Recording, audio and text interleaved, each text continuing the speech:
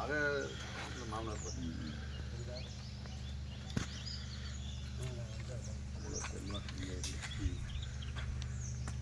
ஸ்கூல்லேயே 1000 பசங்க படிச்சிருக்கேன்.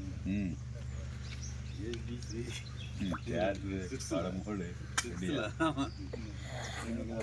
ஆமாம், நிறைய ஊர் நல்ல நிறைய வீடு எல்லாம் கெத்த அத்திக்கடவு சில்லூர் வெளித்துறையிலேருந்து வந்தாங்களா. இப்போ வந்து கேர்ள்ஸ் ஸ்கூல் பஸ்ஸு பாய்ஸ் கொண்டு நடுத்தர அப்படி 5 வருஷம் நல்ல ஸ்கீமாக இருந்தது இல்லைங்களா.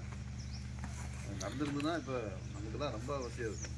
நடுத்தர டைம் அது இருந்து 6 அப்புறம் பவர் இந்த மழை வறட்சி காலத்தில் அப்பர் பவன் டேரெக்டாக திறந்து விட்டாங்க. டேரெக்டாக வந்து அங்கே ஸ்கோர் வெண்ட மூலியமாக திறந்து விட்டு கேரளா போய் தாங்க சுற்றி வரும்.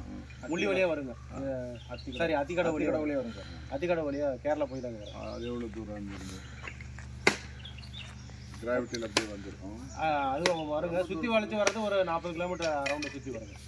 40 கிலோமீட்டர் மேலே அங்கே ஓப்பன் பண்ணி விட்டாங்க. ஆமாங்க ஆமாங்க. இப்படி வந்து இதில் பவர் ஹவுஸ் நமக்கு பவர் ஹவுஸ் வழியாக வர்றது வந்து நம்ம பவர் ப்ரொடக்ஷன் எடுத்து வர்றதாங்க நேரடியாக. இப்போ அப்பர் பவான்லேருந்து எப்படி வரணும் சார்? அப்புறம் வந்து அவலாஞ்சி வந்து குந்தா குந்தா ஒன்றுக்கு வரும் சார். குந்தா ஒன்று கெத்த இருந்து இங்கே வரும் சார். கனல் வழியாக இங்கே வந்துடுங்க. அப்படி சுற்றி தான். ஆமாம் சார்.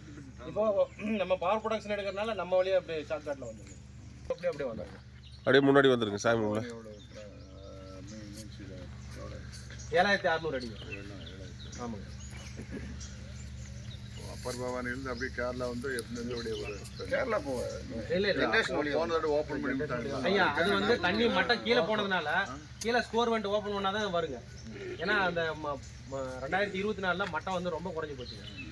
அதனால் வந்து கேரளா வழியாக திறந்து விட்டாங்க. இப்போ வந்து நம்மக்கிட்ட ஓரளவுக்கு ஸ்டோரேஜ் இருக்குதுங்க.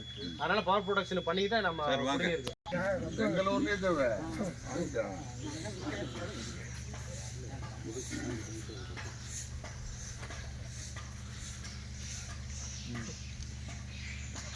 ഉപയോഗിക്കും.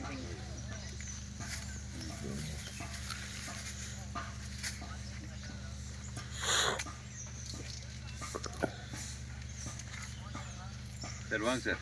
சார் வாங்க. இல்லையே முருக மகனா? என்ன மகனா முருகா? அண்ணன்